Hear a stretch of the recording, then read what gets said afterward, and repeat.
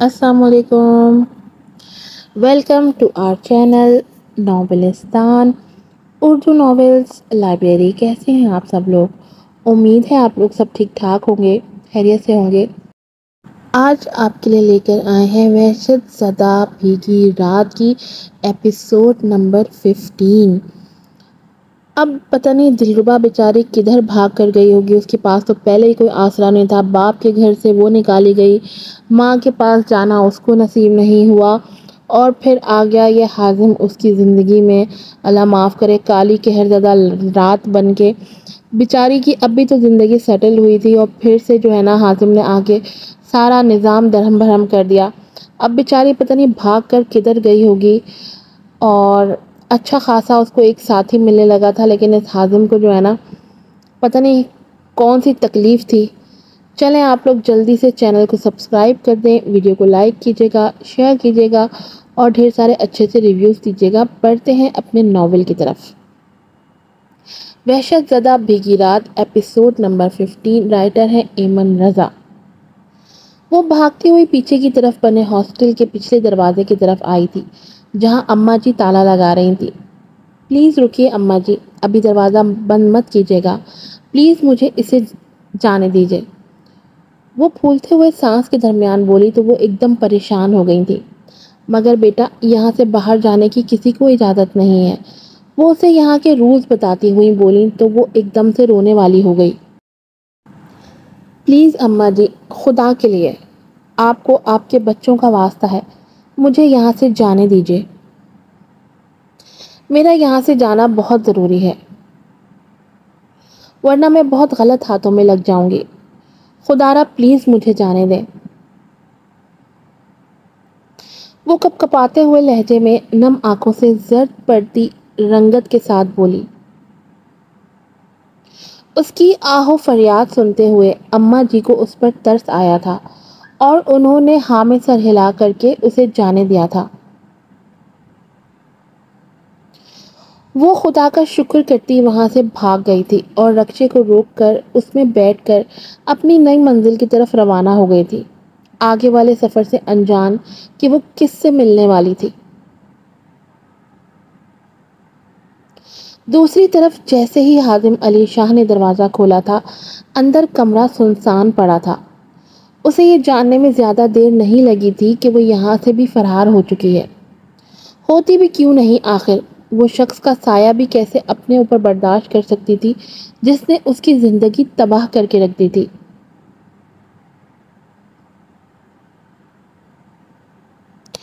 ڈھونڈو اسے. جیسے ہی اس کا مینیجر اس کے پیچھے آیا، اس نے دو لفظی سرگوشی کی تھی. میں نے کہا ڈھونڈو اسے، جہاں بھی ہے، چاہے وہ زمین کے اندر ہے یا آسمان پر. مجھے وہ چاہیے، سنا تم نے؟ مجھے وہ چاہیے. اسے وہیں کھڑا دیکھ وہ دھاڑ کر بولا تھا، جسے سن کر وہ مینیجر الٹے پیروں باہر کو بھاگا تھا.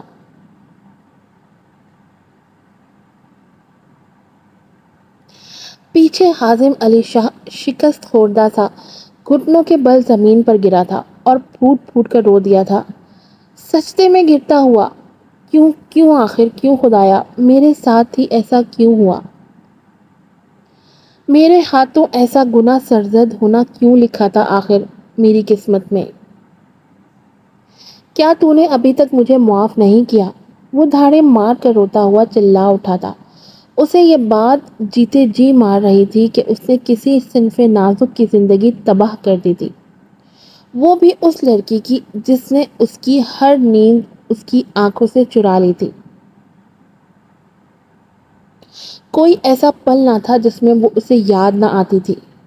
اور ستم تو یہ تھا وہ اسی لڑکی سے عشق کر بیٹھا تھا جس کی عزت اس نے خود اپنے ہاتھوں سے تار تار کی تھی. یا اللہ، تو بہت مہربان ہے، بہت رحم کرنے والا ہے. بس ایک بار مجھے موقع دے کہ میں اس سے اپنے کیے کی معافی مانگ سکوں. اسے میری قسمت میں لکھ دے مولا، میں اور کچھ نہیں مانگوں گا، مجھے بس وہ چاہیے. وہ بچوں کی طرح بلکتا ہوا خدا کے سامنے اس سے آہو فریاد کر رہا تھا. اور پھر یہ کیسے ہو سکتا ہے کہ خدا کا بندہ اس سے کچھ یوں لاڈ سے مانگے اور وہ عطا نہ کرے؟ خدا نے بھی اس کی سن لی تھی، مگر اس کی دعا کو قبولیت کا درجہ کب دینا تھا یہ تو رب بہتر جانتا تھا۔ بے شک ہمارا رب بہترین کارساز ہے۔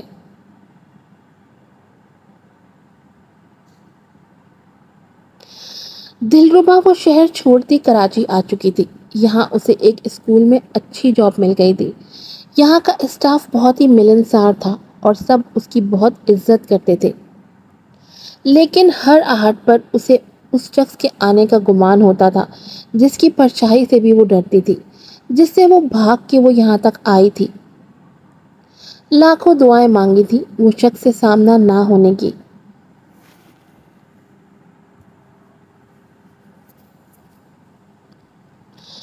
تب آفس میں اسے اپنے سامنے دیکھ وہ یہ تو جان چکی تھی کہ یہ دنیا بہت چھوٹی تھی۔ گھوم پھر کر وہ اسی شخص کے سامنے لاتی تھی جس سے وہ ملنا نہیں چاہتی تھی۔ یہاں آنے کے بعد اس نے اپنی سم تک توڑ کے پھینک دی تھی تاکہ اس کو دلربا کی موجودگی کا گمان تک نہ ہو کہ آخر وہ کہاں جا چکی ہے۔ اس نے تو امامہ سے بھی رابطہ نہ رکھا تھا، وہ اتنا ڈر گئی تھی۔ لیکن یہاں کے بچوں نے اس پر اچھا اثر ڈالا تھا، وہ اس کی دل سے عزت کرتے تھے اور اس کا دل لگا کر رکھتے تھے۔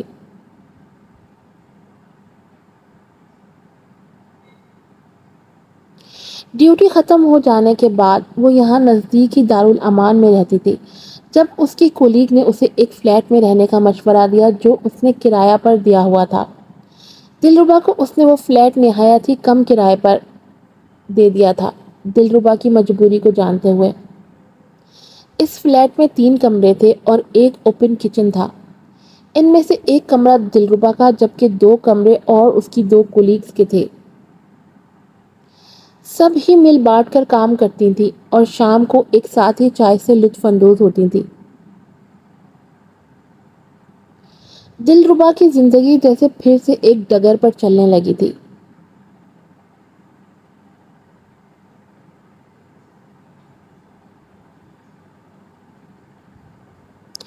آج جب وہ صبح اٹھی تھی تو موسم ابر آلود تھا، جیسے بہت تیز طوفان آنے والا ہو۔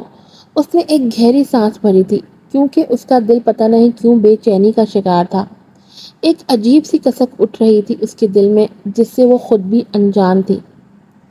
وہ آج اسکول جانا نہیں چاہتی تھی، مگر پتہ نہیں کیا چیز تھی جو اسے وہاں کھینچ رہی تھی۔ اس لیے وہ نہ چاہتے ہوئے بھی برے دل سے تیار ہوئی اور اپنی کولیگز کے ساتھ اسکول پہنچی۔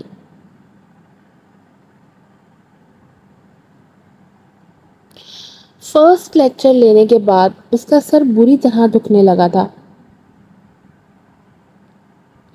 جب اس نے کلاس کے باہر سے گزرتی ہوئی چمیلی کو اپنی طرف متوجہ کیا۔ چمیلی میری بات سنو۔ چمیلی ایک غریب گھرانے کی لڑکی تھی جو سڑک پر اپنی ماں کے ساتھ پھول بیچا کرتی تھی۔ دلربا نے ہیڈ مسٹریس سے بات کر کے اسے اسکول میں نوکری دلوا دی تھی۔ اس کا کام صرف ٹیچرز تک چائے پانی پہنچانا تھا اور ہیڈ مسٹریس کا پیغام ٹیچرز تک پہنچانا تھا۔ اب بھی جب دلربا کو چائے کی شدید طلب محسوس ہوئی تو اس نے چمیلی کو بلایا۔ چمیلی پلیز میرے لیے ایک کپ چائے لے آؤ، میرا سر بہت دکھ رہا ہے اور میں یہاں سے کلاس چھوڑ کر جا بھی نہیں سکتی کیونکہ بچوں کا ٹیسٹ ہو رہا ہے۔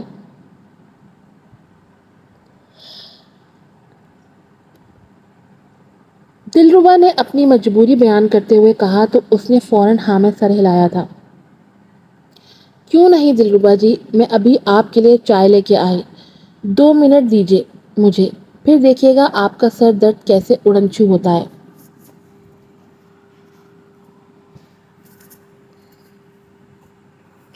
وہ یہ کہتی چھپاک سے باہر غائب ہوئی تھی، جبکہ اس کے جانے کے بعد دلربا مسکرا کر رہ گئی تھی اس جلدی کی حرکت پر۔ چمیلی بھی دلربا کی دل سے عزت کرتی تھی، یہ احسان کیا کم تھا کہ اس نے چمیلی کو عزت والی نوکری دلوا دی تھی۔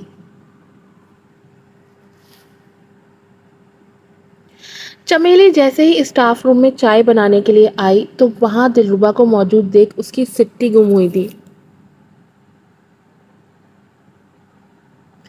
دلربا جی، آپ تو وہاں کلاس میں تھی، تو پھر آپ یہاں کیسے آ گئیں مجھ سے پہلے؟ چمیلی اپنی آنکھیں ملتی ہوئی کپ کپاتے لہجے میں بولی اور الٹے قدموں واپس بھاگ گئی تھی اس کلاس کی طرف جہاں پہلے دلربا موجود تھی۔ لیکن وہاں پہنچ کر دلربا کو وہاں بھی موجود دیکھ اس کا سانس اوپر کا اوپر نیچے کا نیچے رہ گیا تھا۔ چمیلی کیا ہوا؟ تم چائے لے کر نہیں آئی؟ میں تمہارا انتظار کر رہی تھی۔ دلربا نے پریشانی سے اس کا اڑا ہوا رنگ دیکھ کر اسے دریافت کیا جو اٹک اٹک کر کچھ کہنے لگی تھی۔ دلربا جی آپ یہاں بھی اور وہاں بھی؟ وہ انگلی سے باہر کی طرف اشارہ کرتی ہوئی بولی تو وہ ناسمجھی سے اسے دیکھنے لگے۔ میں کہاں چمیلی، میں یہیں تھی، میں کہیں نہیں گئی۔ دلربا اس کو گرہکتے ہوئے بولی تو وہ اپنا سر پکڑ کر رہ گئی۔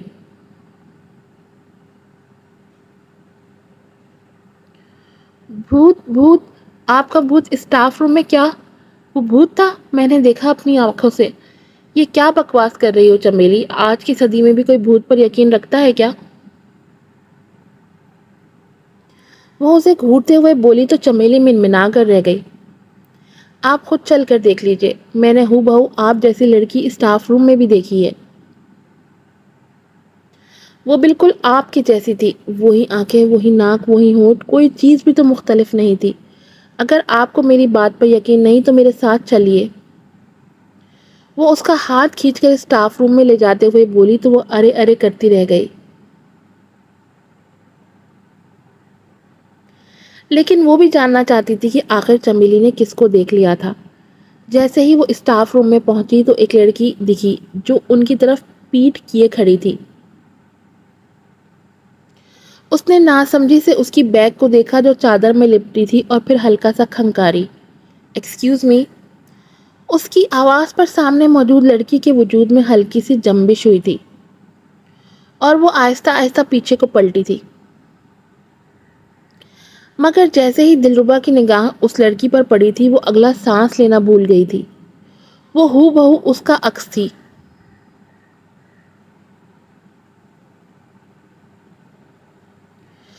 وہی سنہری آنکھیں، وہی تیکھی ناک اور وہی گلابی لب، کچھ بھی تو مختلف نہیں تھا ان میں۔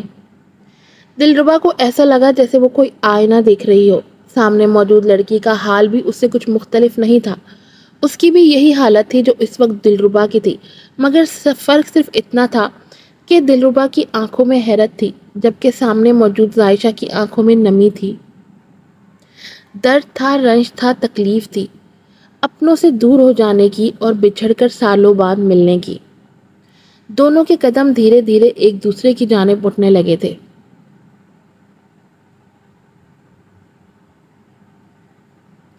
دلربا کی آنکھوں میں گمان تھا جبکہ عائشہ کی آنکھوں میں پورا یقین تھا کہ یہی اس کی بچھڑی ہوئی بہن ہے۔ ایک دوسرے کے سامنے پہنچتے ہی دونوں کے قدم رک گئے تھے جیسے وقت تھم گیا ہو اور ان دونوں کے سوا وہاں کوئی موجود نہ ہو۔ دلربا کے کانوں میں اپنی اس پرانی ملازمہ کی آواز گونج رہی تھی جس نے اسے گھر سے نکلتے ہوئے کچھ پیسے اور اس کے ڈاکومنٹس دیے تھے۔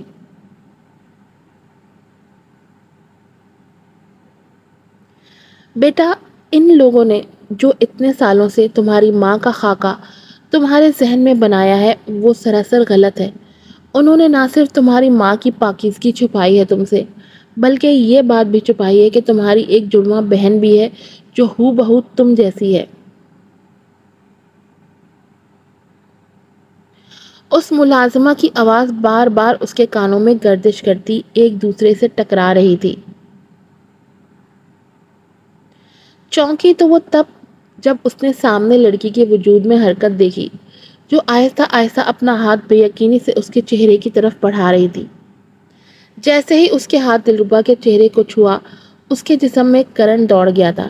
حیرت کی بات تھی اسے اس کا لمس برا نہ لگا تھا، نہ ہی اس نے سامنے کھڑی لڑکی کا ہاتھ جھٹکا تھا۔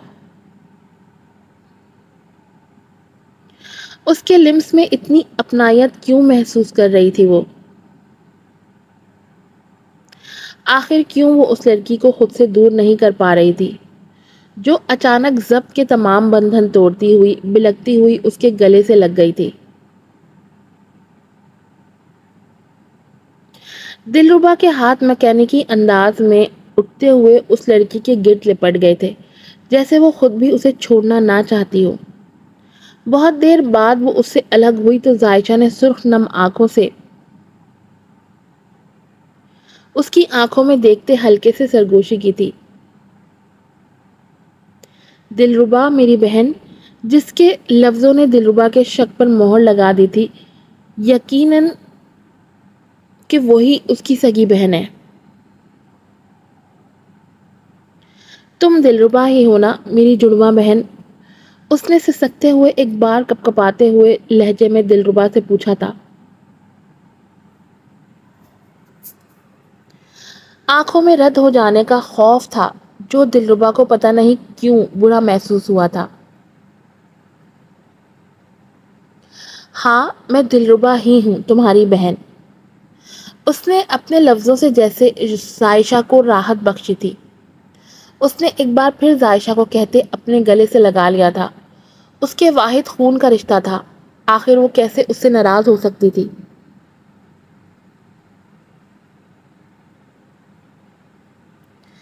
اس لیے پہلے کے تمام گلے شکوے مٹاتے ہوئے اس نے خود پہل کی تھی اور اسے اپنی آغوش میں بھر لیا تھا۔ ان دونوں کا ملاپ دیکھ چمیلی کی آنکھوں میں بھی آنسو آ گئے تھے۔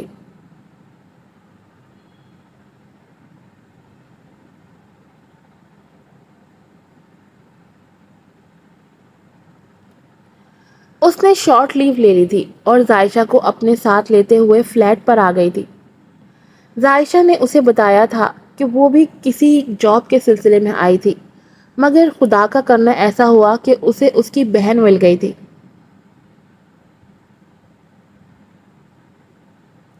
سچ بتاؤ، کیا ماں کو ایک بار بھی میری یاد نہیں آئی جب وہ مجھے میرے باپ کے پاس چھوڑ آئیں؟ اس نے درد سے پھٹتے ہوئے دل کے ساتھ زائشہ سے پوچھا، جو روتے ہوئے نفی میں سر ہلانے لگی تھی۔ خدا گواہ ہے میری بہن، ہماری ماں ایک رات بھی ایسی نہیں گزری جو تمہیں یاد کر کے نہ سوئی ہوں۔ ہر وقت ان کے لبوں پر تمہارا ذکر رہتا تھا، ان کی آنکھیں ہر وقت تمہاری راہ تکتی رہیں اور شاید اب بھی تکتی ہوں۔ وہ تو تم سے ایک بار اپنی زندگی میں ملنا چاہتی تھی کہ تم سے اپنے گناہوں کی معافی مانگ سکیں جو تمہیں وہاں چھوڑ کر کیا تھا، مگر بابا نے تمہیں ان سے چھین لیا تھا۔ تمہاری یاد میں ماں بہت بیمار پڑ گئی تھی۔ دلربا خدا جانے اب وہ کس حال میں ہوں گی، مگر میں ان سے نہیں مل پائی۔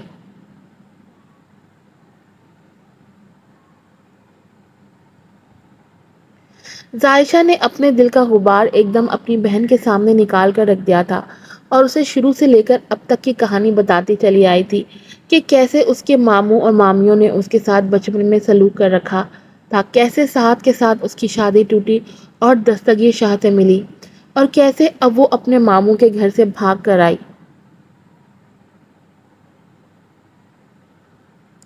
رو مت میری بہن، یہ ساتھ کتنا کمظرف اور کمینہ شخص ہے، کبھی میرے ہاتھ لگا تو کسی دن جان لے لوں گی میں اس کی۔ وہ دانت پیستے ہوئے بولی، اور تم فکر مت کرو، دستگیر شاہ جہاں بھی ہوگا ٹھیک ہوگا، تمہاری محبت اسے کچھ نہیں ہونے دے گی۔ اس نے زائشہ کو اپنے پروں میں چھپاتے ہوئے کہا۔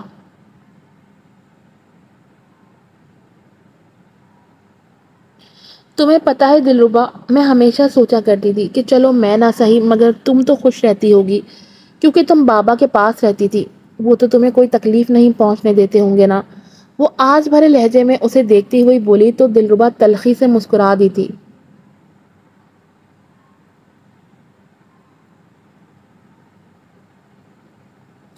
مجھے افسوس ہے میری بہن کہ تم غلط سوچتی تھی، کیونکہ میں اپنے باپ کے سائے میں تو رہی مگر ان کی شفقت سے ہمیشہ محروم رہی۔